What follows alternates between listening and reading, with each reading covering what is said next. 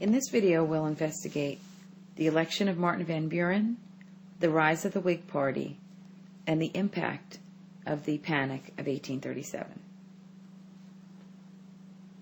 New political parties were gelling in the 1830s, as early as 1828, and the Democratic Republicans of Jackson had adopted the once tainted name Democrats.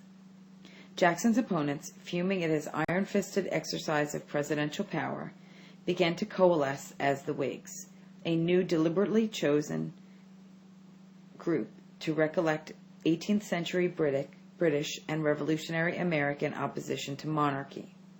The Whig Party contained so many diverse elements that it was mocked as an organized incompatibility. A hatred of Jackson and his executive usurpation was the only thing holding them together. The Whigs first emerged as an identifiable group in the Senate, where Clay, Webster, and Calhoun joined forces in 1834 to pass a motion censuring Jackson for his single-handed removal of federal deposits from the Bank of the United States. After, the Whigs evolved into a potent national political force by attracting other groups alienated by Jackson, supporters of Clay's American system, Southern states' righters offended by Jackson's stand on nullification, Northern industrialist merchants, and many evangelical Protestants associated with anti-Masonic party.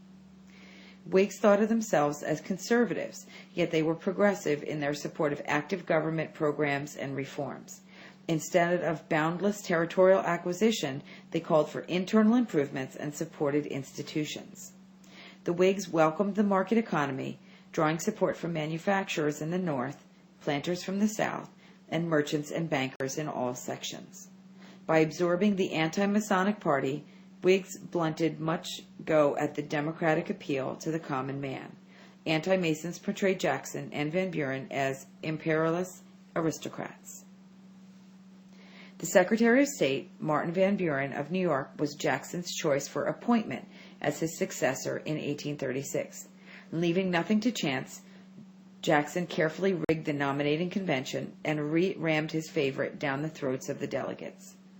Van Buren was supported by the Jacksonites without wild enthusiasm, even though he had promised to tread generally in the footsteps of his predecessor.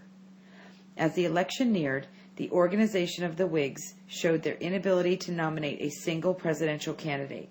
Their long-shot strategy was instead to run several prominent favorite sons, each with a different regional appeal, and hope to scatter the vote so that no candidate would win the majority, and the vote would belong to the House of Representatives. The favorite son was General William Henry Harrison, the hero of the Battle of Tippecanoe. The schemes of the Whigs availed to nothing, however. Van Buren, squired into office by the close popular vote, but with the uncomfortable margin of 170 to 124 for all the Whigs combined in the Electoral College. Martin Van Buren, 8th president, was the first to be born under the American flag.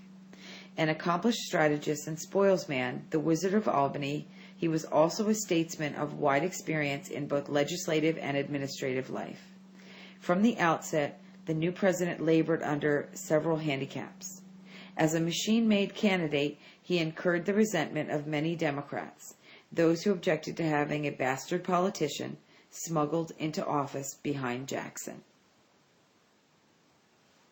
Mild-mannered Martin Van Buren seemed to rattle in the military boots of his testy predecessor. The people felt let down, and Van Buren inherited Jackson's enemies. Van Buren's 4 years overflowed with toil and trouble. A rebellion in Canada in 1837 stirred up ugly incidents along the northern frontier and threatened to trigger war with Britain. The president attempted to play a neutral game, as presidents before him. The anti-slavery agitator in the North were in full cry. Among other grievances, they were condemning the prospective annexation of Texas. Worst of all, Jackson bequeathed to Van Buren the makings of a searing depression in the Panic of 1837. Hard times ordinarily blight the reputation of the president, and Van Buren was no exception. The Panic of 1837 was a financial sickness of the times.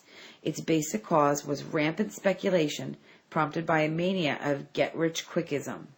Gamblers in western lands were doing a land office business on borrowed capital, much of it the shaky currency of the wildcat banks of the West. The speculative craze spread to canals, roads, railroads, and slaves. But speculation alone did not cause the crash. Jacksonian finance, including the bank war and the specie circular, gave an additional jolt to an already teetering economy. Failures of wheat crops, ravaged by the Hessian fly, deepened the distress. Grain prices were forced so high that mobs in New York City stormed warehouses and broke open flour barrels, 3 weeks before Van Buren took the oath. Financial stringency abroad likewise endangered Americans' economic house of cards. Late in 1836, the failure of 2 prominent British banks created tremors, and these in turn caused British investors to call in foreign loans, resulting in a pinch in the United States. Combined with other setbacks, these all heralded the beginning of the Panic of 1837. Europe's economic distresses have often become America's distresses, for every major American financial panic has been affected by conditions overseas, much as they are affected today. Hardship was acute and widespread. American banks collapsed by the hundreds, including some of the pet banks, which carried down with them several millions in government funds. Commodity prices dropped, and public lands fell off, and customs revenues dried up. Factories closed their doors, and unemployed workers milled in the streets. The Whigs came forward with proposals for active government remedies for the economy's ills.